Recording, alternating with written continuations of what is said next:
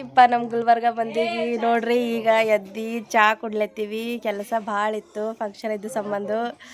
ನಮ್ಮ ಮನೆಯವ್ರು ನೋಡ್ರಿ ಈಗ ಚಹಾ ಕುಡ್ಲತ್ತಾರ, ನಾವು ಕುಂತೀವಿ. ಈಗ ನೋಡ್ರಿ ಹಿಂಗದ ನೋಡ್ರಿ ಮನೆ. ಬಡವ್ರು ಇದ್ದೀವಿ ರೀ, ಸಿಂಪಲ್ ಇರ್ತದ ಮನೆಗೆ ಏನು ತೋರ್ಸೋದೇನು ಬೇಡ ನೋಡ್ರಿ. ಮನೆಯವ್ರಿಗೆ ಏನೇನು ಇಡ ಮಾಡ್ತಾಳ ಅಂತ ಚಿಂತೆ ಮಾಡ್ಲತ್ತಾರ. ಅಷ್ಟೇ ರೀ. ಅವ್ರಪ್ಪ ಚಹಾ ಕುಡಿಯೋದು ನೋಡಿ, ಚಹಾ ಕಪ್ ಹೊಂಟಾನ. ಚಹಾ ಹಾಕ್ರಿ ನೀವೇ ಕುಡಿತೀರೇನಂತ ಹೇಳಿ ನೋಡ್ರಿಗ ನಮ್ಮ ಅವ್ರ ಅಕ್ಕನ ಮಗ ನೋಡ್ರಿಗ ನಮಗೆ ಬಿಟ್ಟ ಟೀನ ಒಂದು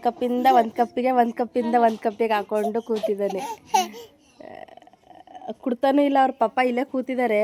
ಕುಡಿ ಅಂದರೆ ಅವ್ರ ಪಪ್ಪ ಕೊಡ್ತಾನೂ ಇಲ್ಲ. ಅವನೇ ಇದು ಮಾಡಬೇಕು. ಅಯ್ಯೋ ಖುಷಿ ಆಗ್ಬಿಟ್ಟದ. ಪಬ್ಲಿಕ್ ಜನ ಫುಲ್ ಅವನಿಗೆ ಇಲ್ಲಿ ಅಲ್ಲೆಲ್ಲ ಒಂದೇ ತಲ ಕೂಡಾಕಿದಂಗೆ. ನಾವು ಬೇಕಾದ್ರೆ ಹೊರಗಡೆ ಹೋಗ್ತಿದ್ವಿ ಬರ್ತಿದ್ವಿ ಅಷ್ಟೇ.